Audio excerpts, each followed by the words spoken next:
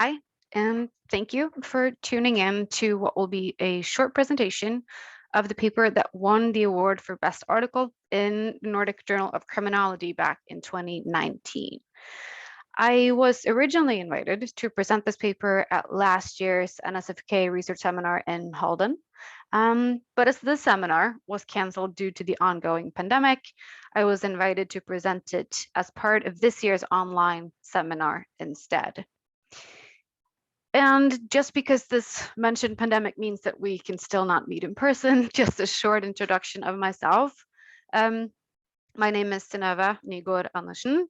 I currently work as a postdoc at the Department of Sociology and Human Geography at the University of Oslo. My academic work has focused on various topics related to crime and deviance, including sentencing, punishment, recidivism, and reentry, as well as what is kind of the focus of this particular paper, which has to do with co-offending and criminal networks. And this is the article in question, which was then, as I mentioned, published in Nordic Journal of Criminology a couple of years ago. This formed part of my dissertation work, which focused on various aspects of recidivism in Norway. I worked at Statistics Norway at the time. So again, I've kind of focused my work then on various analyses that build on administrative register data, which is the case for this particular article as well.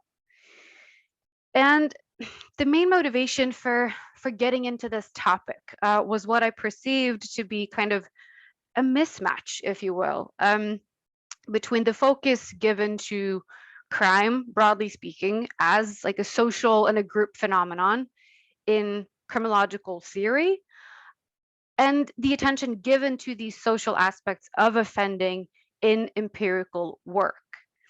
And focusing on this link between co-offending and continued offending, there are, of course, work out there already. And previous research indicates that those who co-offend, so those who commit crimes together with others, have overall higher reoffending rates than those who do not, who we can call solo offenders.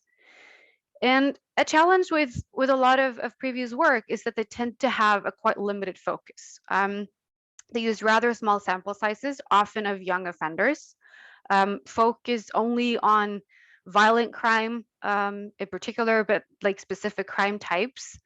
And this literature is very kind of dominated really by research from a handful of Anglo-American countries. So we know quite little about what these phenomena and these patterns actually look like in other contexts. Importantly, there are also quite few studies that actually measure social embeddedness and social networks. And this is, of course, not because people are ignorant to these things, but because measuring social embeddedness is challenging. It's challenging to measure. It's challenging to analyze. So again, what we're kind of left with is this, I don't know, acknowledgement that that peers and social groups matter, but we know less empirically about how they matter, to what extent they matter, in what way, and so on. And so this is kind of where I saw some opportunities, both in the data material that I was working with at the time. So again, these administrative registers, and more kind of more recent methodological developments, and then social network analysis in particular. And for those of you who are not familiar with social network analysis, this is a set of like concepts and methods for measuring, representing, and analyzing social structure, which is kind of what we're interested in here.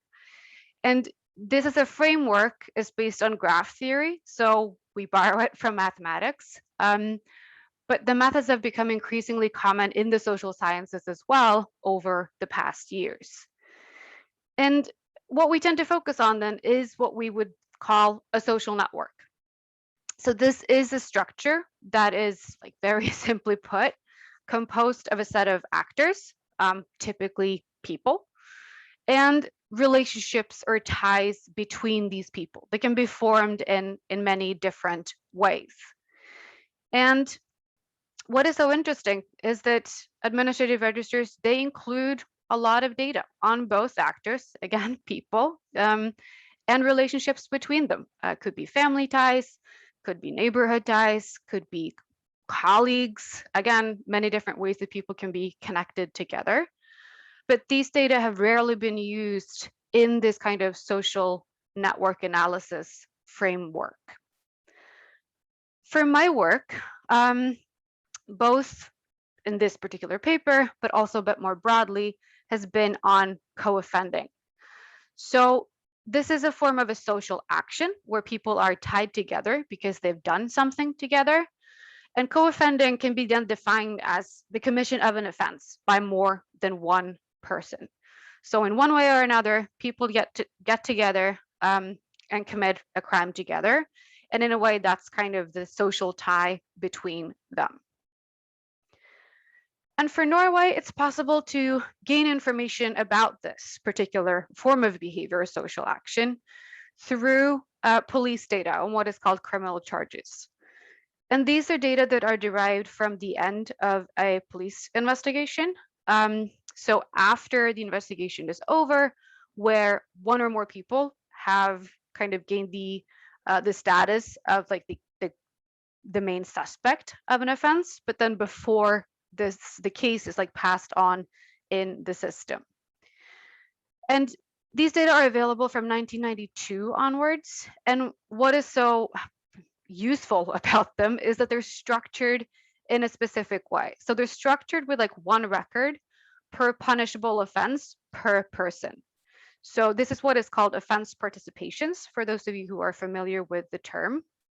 But what it means is that if, I don't know, me and one other person who listens to this talk, we commit a crime together, this crime will have like 2 lines in the system.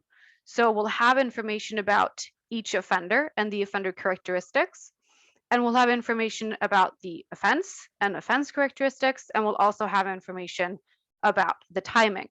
And this means that you can then figure out who is charged with committing what crime alone and who's charged with committing what crime together with somebody else.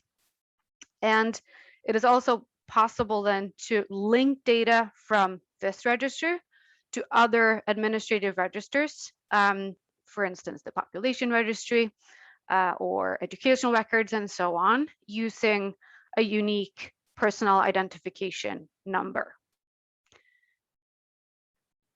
And for this particular study, I should kind of state up front that I'm by no means an expert in social network analysis. And what I always sought to do was to combine more conventional analytical methods like regression analysis, which are more familiar to other people, with aspects of social network analysis to kind of move this literature just a little bit forward. And overall, what I wanted to do was to explore solo and co-offending patterns. So again, patterns of offending alone or together with other people before and after people went to prison for the first time. And I focus on what is called egocentric networks. So that means that I focus on like focal offenders called the ego in this framework, and the relationship or the ties between these egos or these focal offenders and the accomplices with whom they have co-offended in the past. So the alters, if you will.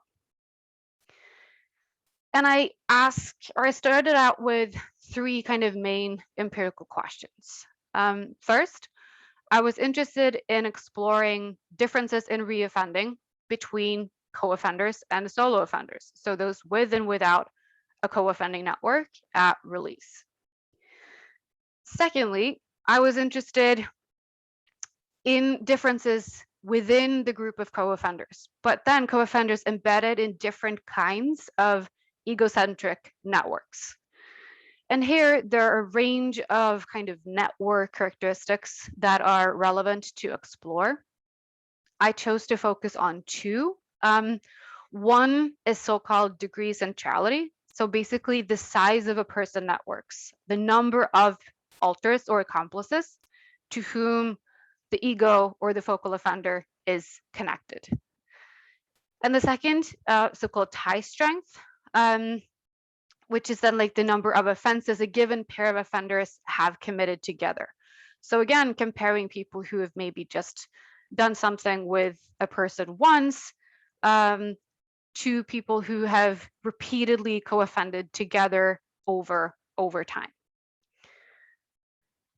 And then third, I wanted to focus on differences between these groups, both in terms of total reoffending, but also whether they reoffended alone or with other people when they came out of prison. And then for the co-offenders, whether they actually reconnected with their previous co-offending network after being released.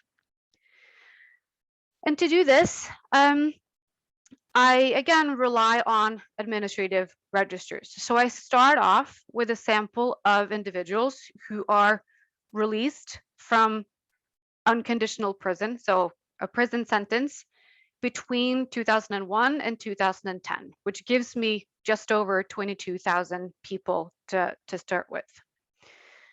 And for this group of people, I then use the police data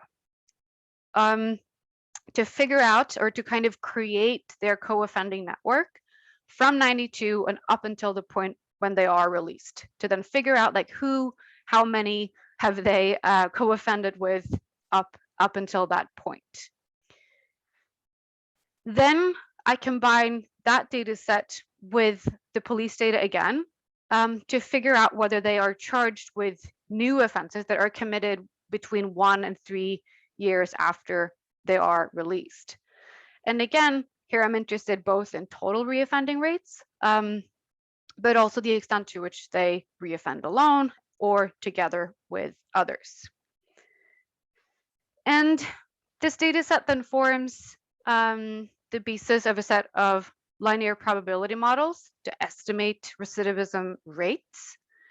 And I also include a set of relevant covariates. And here I control for age, sex, immigrant background, crime type, criminal record, sentence length, release cohort, and time since last co-offense. So again, at least some of the individual characteristics that could drive any differences between the groups that we observe.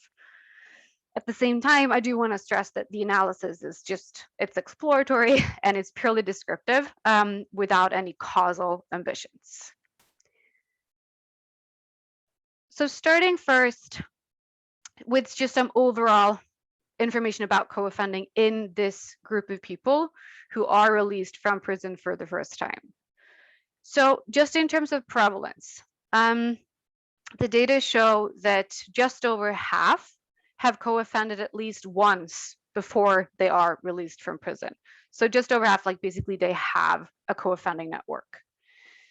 This number is higher than we see for the overall police data, which shows that co-offending is more common among more serious offenders, meaning again, the people who actually end up in prison.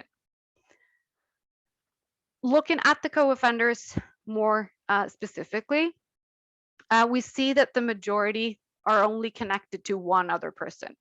So about a third have what we call like one alter, so one person they are connected to. About 20% are connected to 2 people, 14% are connected to 3, and so on. So and this kind of confirms also patterns that we know from previous research, which shows that co-offending is typically a small group phenomenon. It's rather rare for people to commit crimes in big groups. And finally, for tie strength, if we average the number of offenses out over a person's network, over half, just over half, have committed 1 offense per person on average, and about a third have committed 2. And again, this also kind of confirms a pattern that we know from studies from other countries, which show that most co-offenders only commit at least one recorded crime together. Moving then to the reoffending patterns. First of all, I do find that recidivism rates are higher for co-offenders than they are for solo offenders.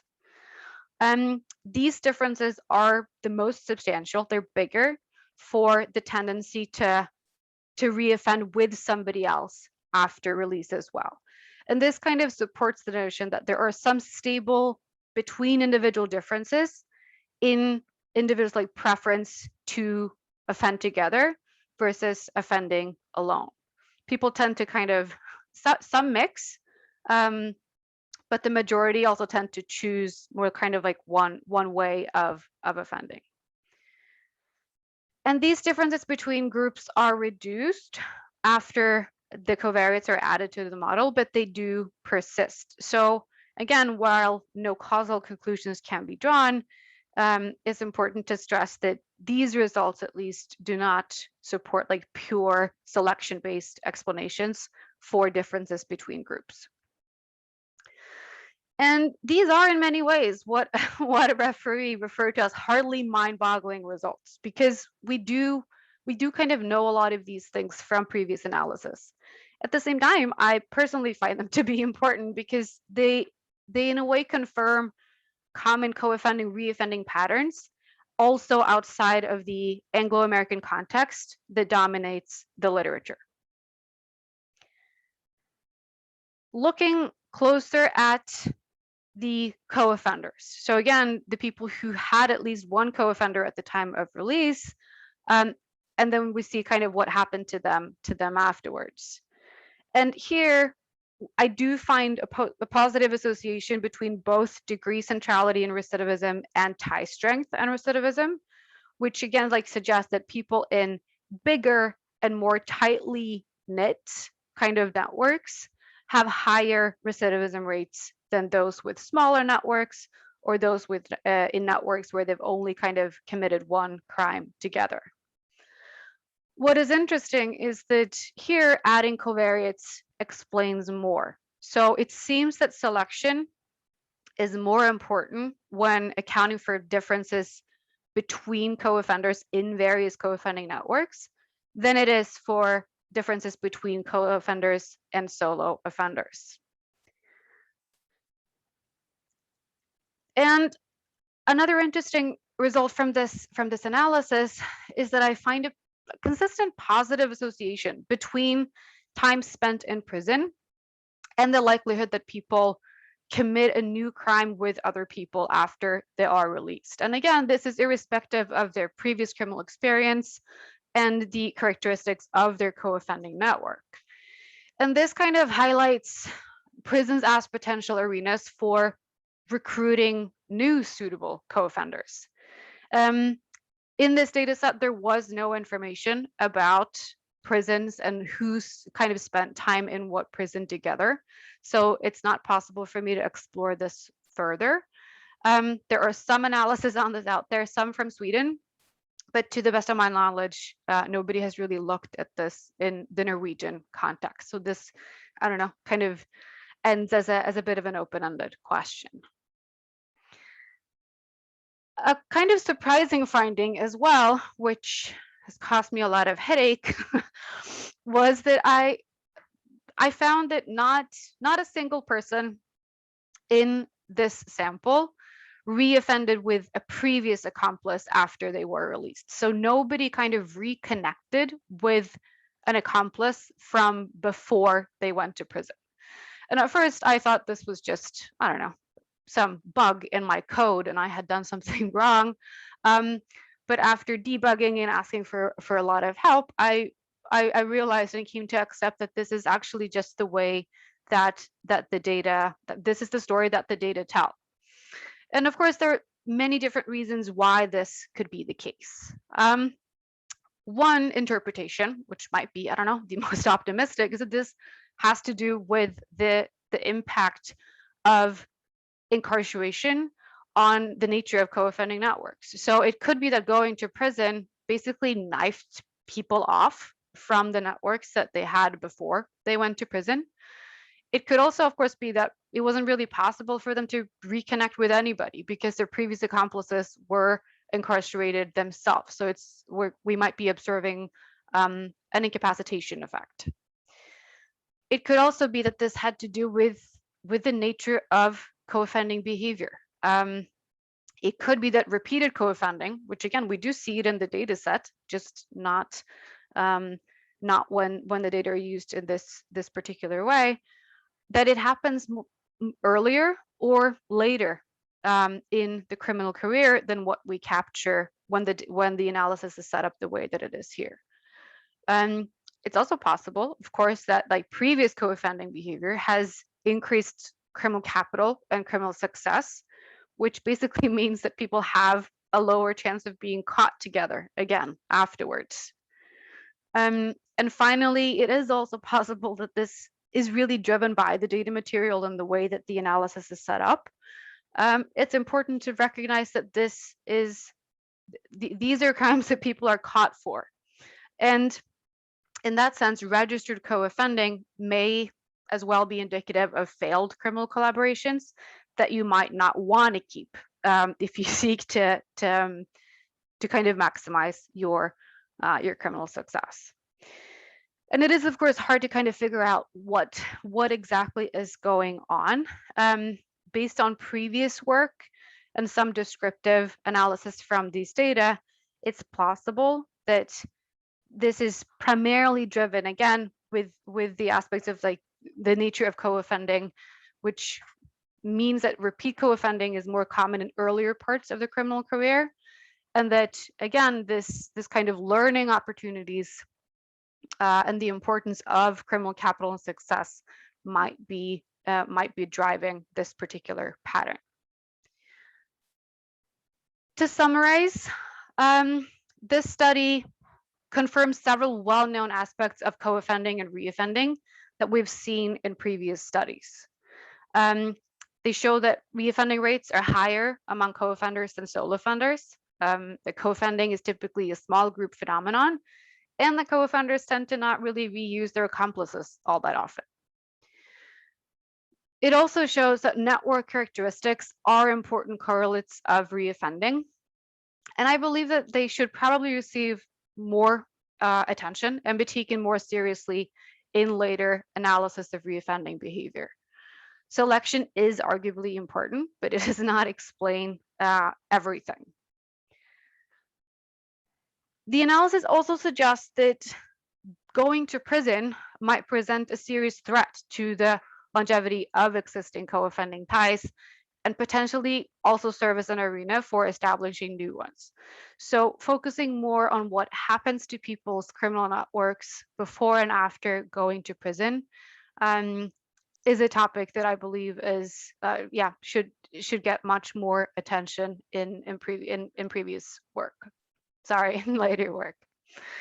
And then I also, personally at least, find this untapped potential of combining social network analysis with both register data, as I've done here, but also with self-report data, to be kind of like an exciting opportunity to advance our knowledge of pretty, like, I would say, key criminological phenomena, and providing us opportunities to answer some of the more kind of, I don't know, basic theoretical questions that might have been more challenging to investigate empirically in the past. It's, of course, important to just recognize some of the important limitations of this work. I do want to stress that official registers, like the ones I used here, only include registered offending.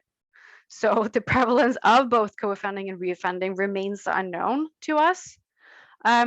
Here I would say that combining registers with self-report data would probably be ideal. It's hard in practice, but I think that it would at least potentially solve some of these obstacles. Again, I cannot, and I did not try to, but it's of course frustrating sometimes when you kind of get to the end of the analysis that you can't differentiate causation from selection. And I also want to just kind of stress that this analysis is kind of very broad and very exploratory in its nature. All offenses and all offenders are grouped together, and important variations between offenders, offense types, criminal career features and so on are then basically ignored in this analysis. I've also included very basic network measures, plenty more to choose from. And it's also possible to apply way more dynamic models of co-offending than the ones that I have used here. So at that, there are a lot of things to do. Thank you again for your attention and for tuning into this. If you have any questions, any suggestions, anything at all that you would want to discuss, feel free to shoot me an email. Thank you very much.